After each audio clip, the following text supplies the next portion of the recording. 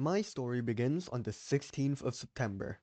I spent the past 8 days learning to speedrun Minecraft because I was so inspired by the MCSR ranked Season 8 playoffs. Despite literally not knowing how to do all of these things, I pushed myself to attempt run after run after run to try and squeeze through a good PB time. Within the first 4 or 5 days, I managed to get a PB of 35.05. After that, I knew I could secure a sub 30 because that run actually involved traveling the overworld for 1,500 blocks due to a lack of obsidian. Fast forward a few more days, and I've already resetted around 18,000 worlds in total, but I keep failing to find lava pools early on, or I keep dying in the never in dumb ways, so I haven't acquired a new PB. However, on this day, I was about to have the best run of my speedrunning career. So we load up into the world here, we see a desert temple immediately and a village behind us, so this is looking to be a great seed. So I go to the temple first to see if there's anything worth it in the chest, and if there isn't, I usually reset at this point. I set up the TNT, find 2 diamonds and 3 iron, so I just need 4 iron from the iron golem in order to have all 7 iron for the run. So I collect all the blocks, I get out, I harass some village houses for some materials, and I also go ahead and get some beds from the houses for the 1 cycle. I usually just get all my beds here from the village. I kill the golem and drop down, and surprise surprise, I get exactly 3 iron. So I have no iron for flint and steel. Keep that in mind. So I managed to find a rune portal, and I fiddle around with the portal before I discover that there is in fact a chest. So I open it, discover the flint inside, I take it, realize I don't have any iron, so I drop it.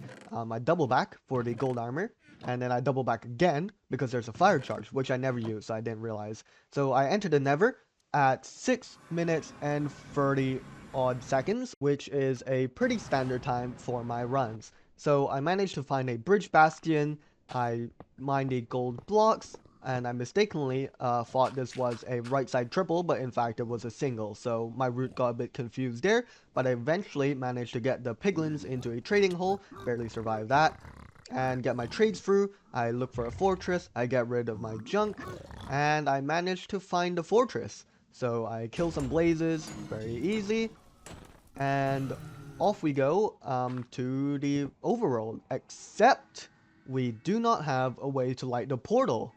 For some strange reason, we do not have a method to light the portal. Luckily, I realized that blazes kind of shoot fireballs, so I kind of set up some wood here on the floor so that they could catch fire and maybe light the portal. So I fight off this blaze here, and I don't see it immediately, but the blaze there actually lights my portal, which is pretty cool.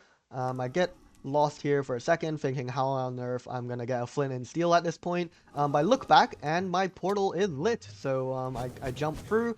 And then I start measuring the eye, and I find my destination and discover that it's actually not too far away. So despite not being able to never travel, I find the stronghold around 370 blocks away. I eventually find my way towards the portal room, and then I enter the end portal. So I quickly craft some more beds, as if I didn't have enough already. I placed my crying obsidian in the center fountain. I broke an end crystal because I had a bow but no arrows. How surprising. And here I accidentally look at an enderman while looking for my inventory. So that's not great. I drop down, and I'm forced to kind of go into this awkward position where I have to pillar up with crying obsidian. I place a boat down, try and contain the guy, but he doesn't go in, so I plan to fight this enderman. However, as I eat my bread, the dragon begins to perch, so I'm still worried about the enderman at this point, so I go into the center fountain, I go to my position, and I hit the bed early, and I just miss the second bed, while also missing my PB of 23 minutes and like 40 seconds.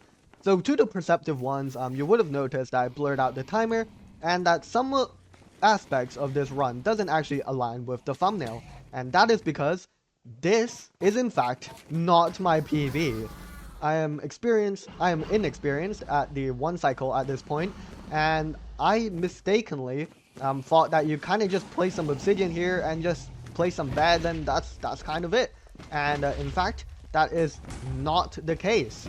So I used up all my beds here, and this is not the ideal perch. And here I actually get really close to killing the dragon. I even had an extra bed there, but I didn't realize I was too locked in trying to finish the dragon off.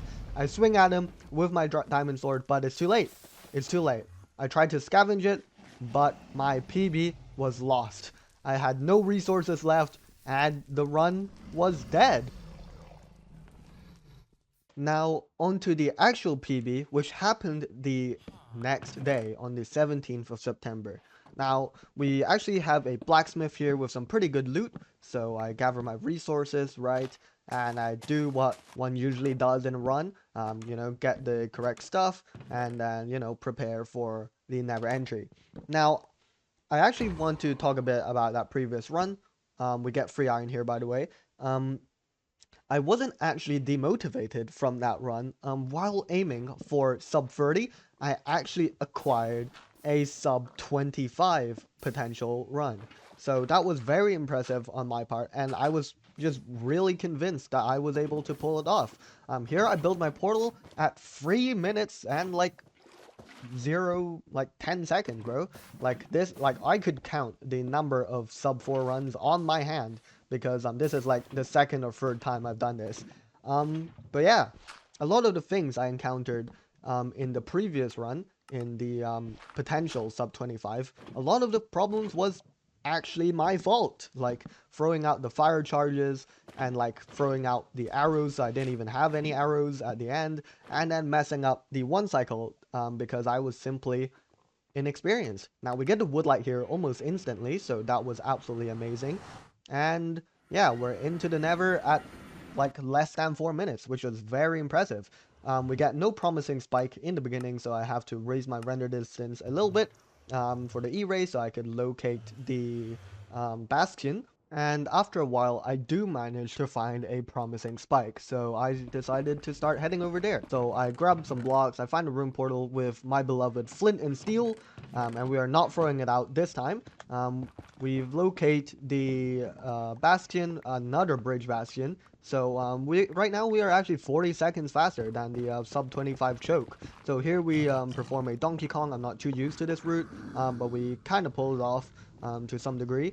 And then we, reroute all the piglins into a trading hole that I kind of just decided to put here. I don't know where else you would put it. But yeah, we do have a double singles here, so that's not ideal. But yeah, we have a slight close call here with a piglin, but luckily we managed to deal with him. We check our trades, and I decide to, pirate for the Never Fortress, and surprise, surprise, there is nothing in 32 chunks, which is just absolutely disgusting. We check our trades once more, and we go up to exactly 10 obsidian. So I have one chance to go to the overworld. And I just decide to randomly go in a direction and hope for the best. And approximately 2 minutes later, I managed to spot a Never Fortress 31 chunks ahead. And we also get hot tourist destinations, because why not? And after around 7 minutes of traveling, we finally spot the fortress. Merry Christmas. I pillar up to the blaze spawner instead of pearling because I actually died in that way the same day. I killed the blazes, got 2 for 2, and then we do a blaze bed here. Very nice to clear up some space.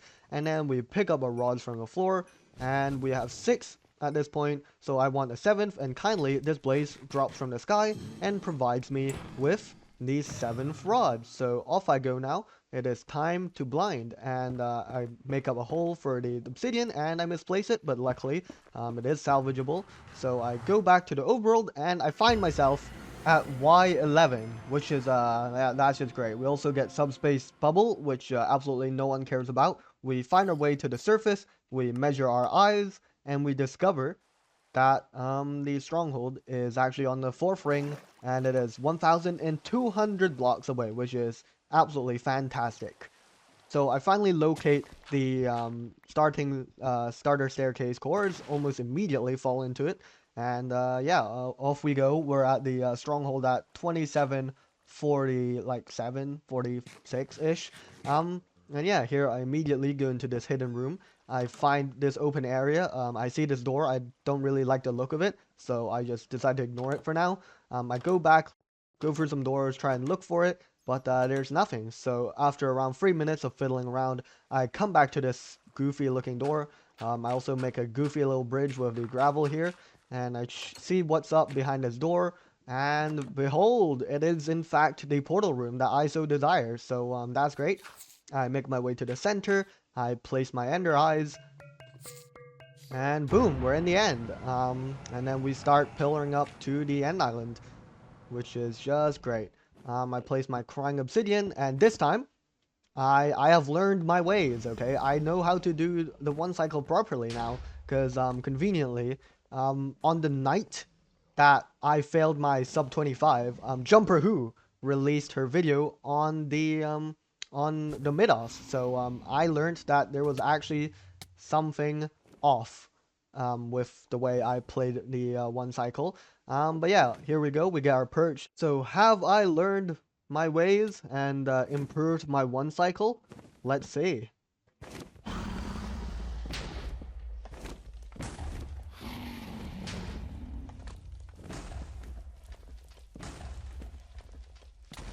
Indeed, I have.